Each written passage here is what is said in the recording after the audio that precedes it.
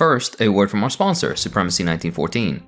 Supremacy 1914 is a free online PvP strategy game where you can pick a real country to lead during World War I and fight up to 500 other players in real time, in games that can take weeks to complete, or days if you're good. Use a variety of historically accurate equipment at your disposal, from different units such as cavalry to tanks and planes, to build the best army you can. Declare war on your neighbors, forge alliances with your friends and other players, choose your own strategy over historical maps, and engage in epic battles to take over the world. My favorite aspect is the long-term strategy part, which gives it fantastic depth and replayability. Don't forget, you can play with the same account on both PC and mobile, and without missing out on an exclusive gift. Click on the link in the description to get 15,000 gold and 1 month of premium subscription for free. What are you waiting for? The offer is only available for 30 days, so don't lose time. Thanks to Supremacy 1914 for the sponsorship. It allows me to pay my editor fairly, which is appreciated. Hello. I get a question very frequently. I'm a young leftist and I'd like to contribute to the movement somehow. What should I do? I'll break my answer into points, as there isn't just one thing to do. Of course, this is just my opinion, so feel free to add to or criticize these points in the comments. First and foremost, I think you should pursue an education. Any education is fine, but in my opinion, the more technical, the better. Some of you may think that this is strange, so let me explain my reasoning. We, as leftists, are working towards a socialist turn in our respective countries. As a result of every revolution, historically, there has been significant brain drain, that being a net loss of highly educated technical specialists, amongst other members of the intelligentsia. This creates a need for what was deemed in the Russian Revolution as bourgeois specialists, those that know the ins and outs of different complex machinery, organization and maintenance of data, difficult and time-consuming engineer work, amongst many other things. There will be no shortage of poets and writers and political agitators and the like during any grand social change. There will, however, be a shortage of people skilled in management, certain medical professionals, many engineering and other technical specialities, etc. Once power is won by the working class, the construction of socialism begins, and that's when the real revolution happens. The more leftists that have tangible skills outside of just political agitation, the better, as it would at least somewhat reduce the burden of specialist scarcity.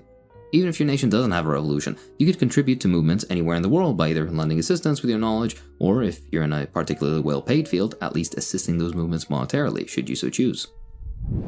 Number 2. Read theory. As Lenin said, without revolutionary theory, there can be no revolutionary movement.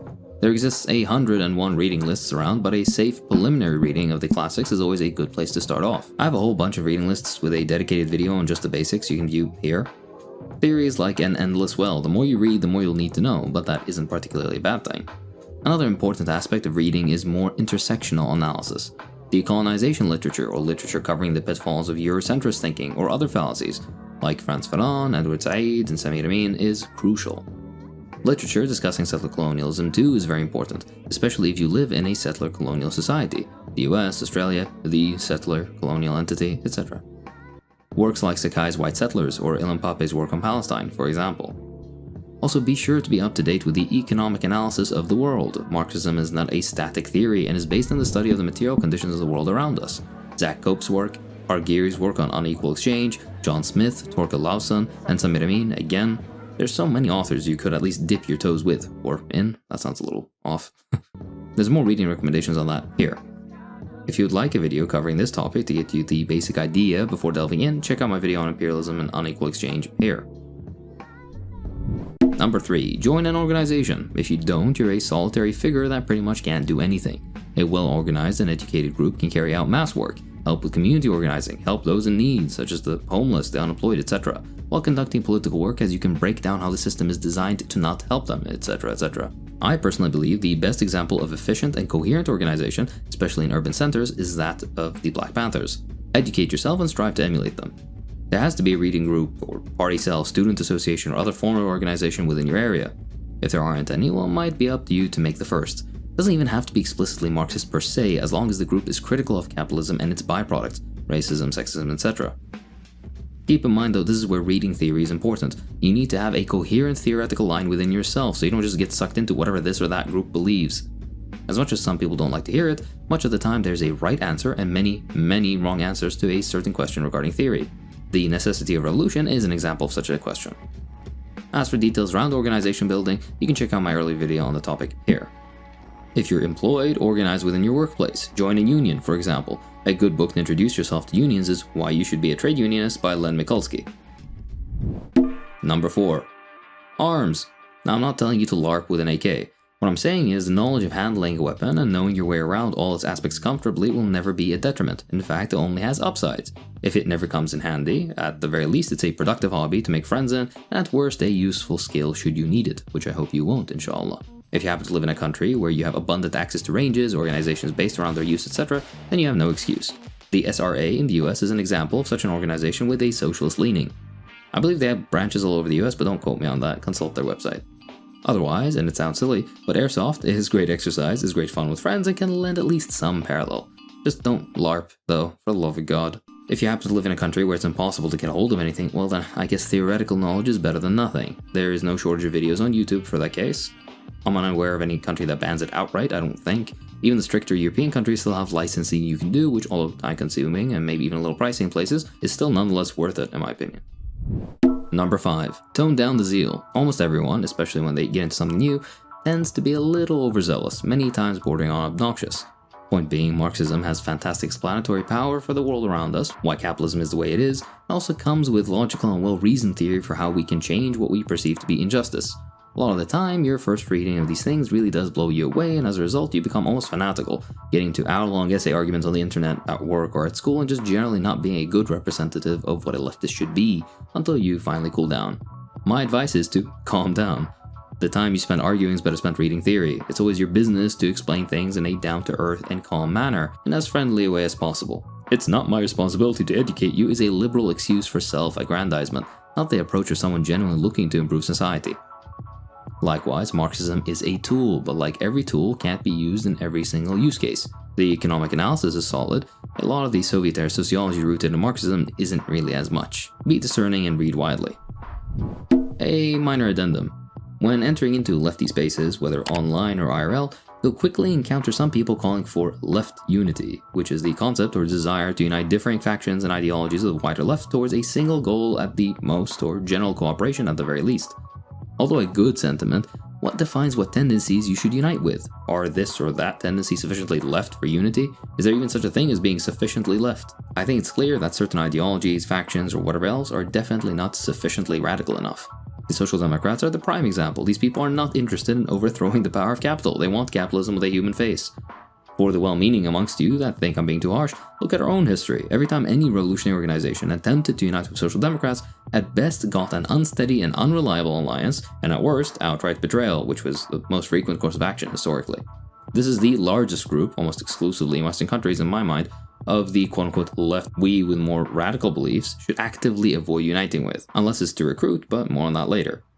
So yes, there is such a thing as sufficiently left, or better to say radical, meaning anti-capitalist. From this category, what do we have? The Marxist-Leninists and related groups, meaning Maoists, etc., historically, as well as the current largest group of explicit leftists. Anarchists and related groups, anarcho-syndicalists, etc., and the quote-unquote democratic socialists. Can all these groups work together? Well, on paper, yeah. In reality, the issue is a little more complicated. First of all, they all have different goals. Marxist-Leninists want a proletarian state. The anarchists want no state at all, and the democratic socialists, a silly name as if the other socialists aren't democratic, well, I don't really know what they want. Some of them are baby MLs who are still too scared of the stigma around the Soviet Union, some are baby anarchists that haven't found Kropotkin yet, and some are sad European-style social democrats not interested in getting rid of capitalism at all. All of them have definitely not done enough reading. Regardless, I'll leave it up to you as to whether these are just modern social democrats or people with a deeper conviction in socialism. My conversations with these people never went beyond, oh yeah, I want healthcare like in Denmark or something. They just strike me as liberals that idolize European welfare states. Educate them, I'd say. What does that leave us with? Marxist-Leninists and anarchists. The only two groups of any significant number that are genuinely anti-capitalist. Honestly, people from these groups calling for left unity, why? We don't agree on the basic principles, we don't agree on strategy, we don't agree on tactics. There is very little, in fact, that binds us together. If one of you wants to advance a program of conquering state power in order to wield it for socialist construction, while the other wants to simply abolish the state in one stroke, where can there be any reconciliation? It's impossible to merge the two positions, so already you're starting off on shaky ground. Moving into questions of authority, hierarchy, economic organization, etc., the divide only gets wider. Does that mean that the varying trends of the left shouldn't ever work together? No, of course not. A united front is useful in some cases, and in other cases maybe temporarily you'll share the same goals so you can work together. However, a long-term strategy of unity amongst opposing trends within the left is nothing but, well, posturing. Unity for unity's sake. Another thing that I see is that under the name of left unity, what certain groups really want is to not be criticized. I don't mean to be called mean names or whatever, I'm talking about criticism in the Marxist sense. I have immense respect for anarchists and I admire their conviction to their cause, especially historically. But at the end of the day, I chose Marxism-Leninism over anarchism for a reason. Those reasons are rational and based on what I perceive to be the incoherency of anarchist political strategy. That is not being me, nor is it an attempt to silence anarchists. This is simply Marxist criticism that I can explain in much more detail sometime in the future. I in fact invite the same from our anarchist comrades. Criticism is what drove socialism forward and allowed it to develop. Other than this, joining with all the differing and wild trends of the left will result only in a weak tapestry held together by very flimsy threads. It's all cute and pleasant when there's no real movement in your country, of course, then you can work together. But when the class struggle intensifies, things change. That being said, what can we unite on at the present time? Those things that aren't intrinsically connected to our fundamental political positions. Very simple. Raising funds to release protesters or activists from jail, food drives for the homeless, suppressing fascism, research and agitation work, gathering intel and exposing corrupt or reactionary elements in the community, for example, whose local representative is being lobbied by what organization and how. That's a great one. Organizing against capitalism and educating people.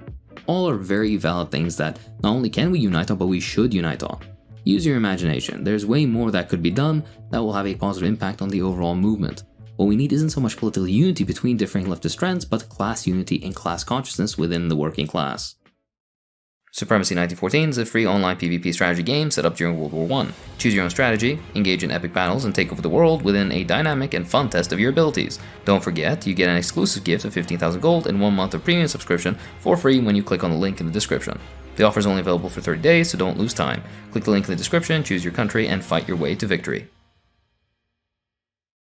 That's all for this time. If you enjoy what I do, then please consider supporting me on Patreon, it really does help. I'd like to thank my patrons, so thank you to Nitro Dubs, Kenny, Thomas Roberts, Nicholas, Owen Baker, T. Wood, Dr. Lemonman, Lumix, Charlie and Eric, Ultimate Turin, Daniel Ethel, The Generic Guy, Santiago Pereira, Rain, Cassandra Corvus, David Fries, Confuse M, Mariana Mastusovic, Robbie Richardson, and Masay Kadro. Thanks for watching.